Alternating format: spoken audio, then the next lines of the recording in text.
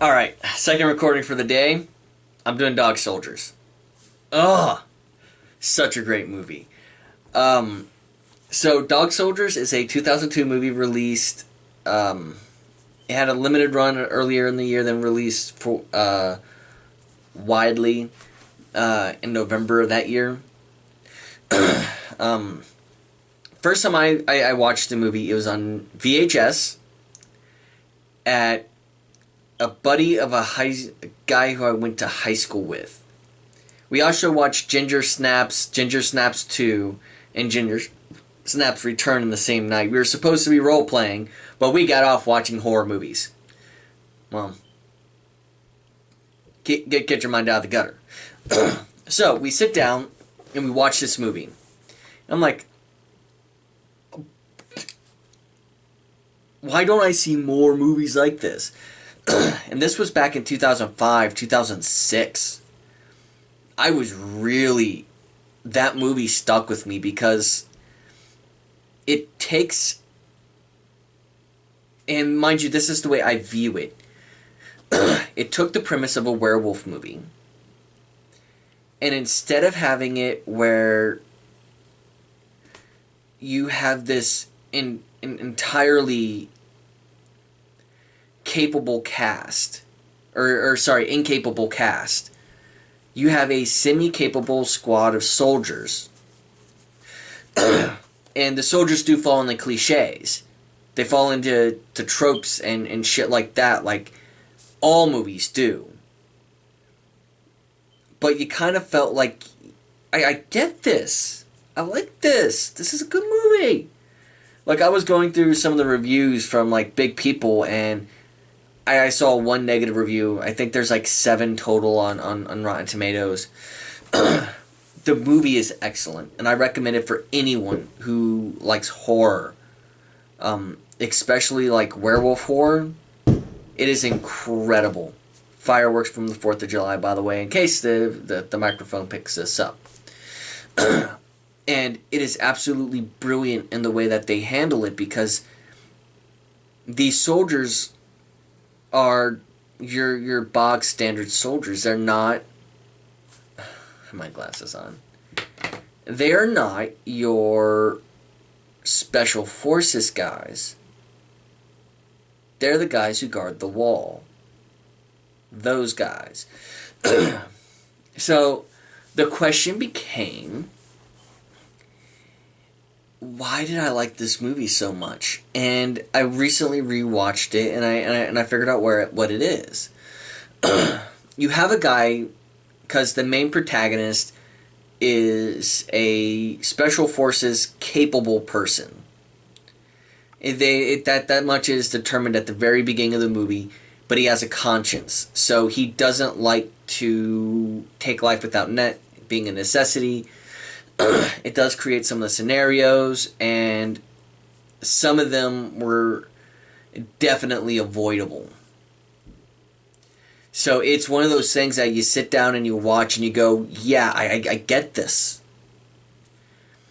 He doesn't want to be a dick. There's no reason to be a dick. So he doesn't. He gets drummed back to the normal Corps. I don't think they're Marines. I think they're just Army soldiers. So they're grunts to me. So they're thrust in this situation, and you have this random zoologist, I think she was. It doesn't matter. Spoilers, like on all my fucking videos. The movie ends up going into this really wonderful place where, as a cynical person, I would have called it early. As a person who was just getting into movies in 2005-ish, or whenever I saw the movie originally, I did not think this way. But she's been out there for a couple years. The soldiers wanted to get an expert on whatever this was. Truly, the movie was one of those movies. And you see the twist coming with the character, with the zoologist or cryptozoologist, whatever she was supposed to be. Oh yeah, I believe. After watching this for for 13 moons. I definitely know.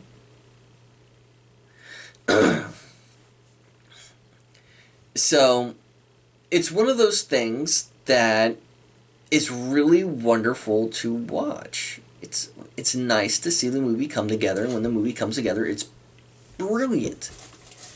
The action's well done. You don't feel like the werewolf graphics are too... Could have been better. But we're talking a 2002 movie. And yes, if anyone wants to make the American Werewolf in Paris argument, still, for an incredibly low-budget movie that was not a remake of a popular, I want to say 70s movie, maybe a 50s movie. I don't remember when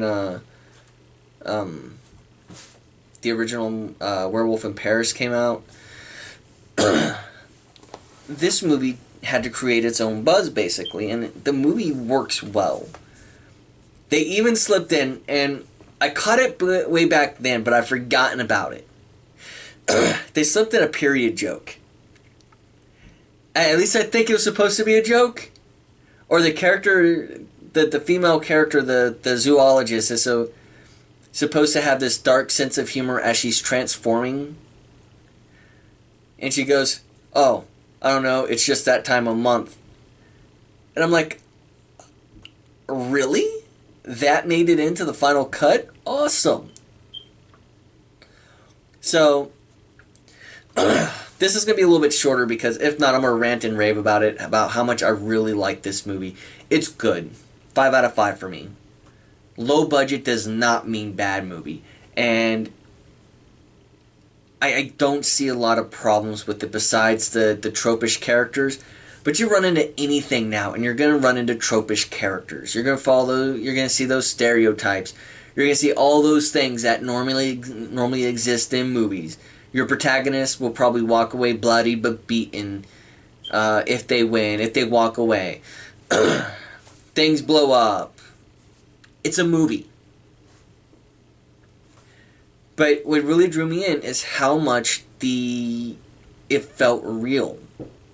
How much did it feel like a real scenario that you felt this person would have been in if there were really werewolves running around this moor, chasing down and trying to kill them because they hunt. That's their thing.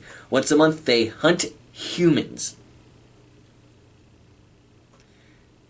So, go out, watch it. I don't remember if it's on Netflix right now, but I know it's out on DVD and all that stuff. See you later.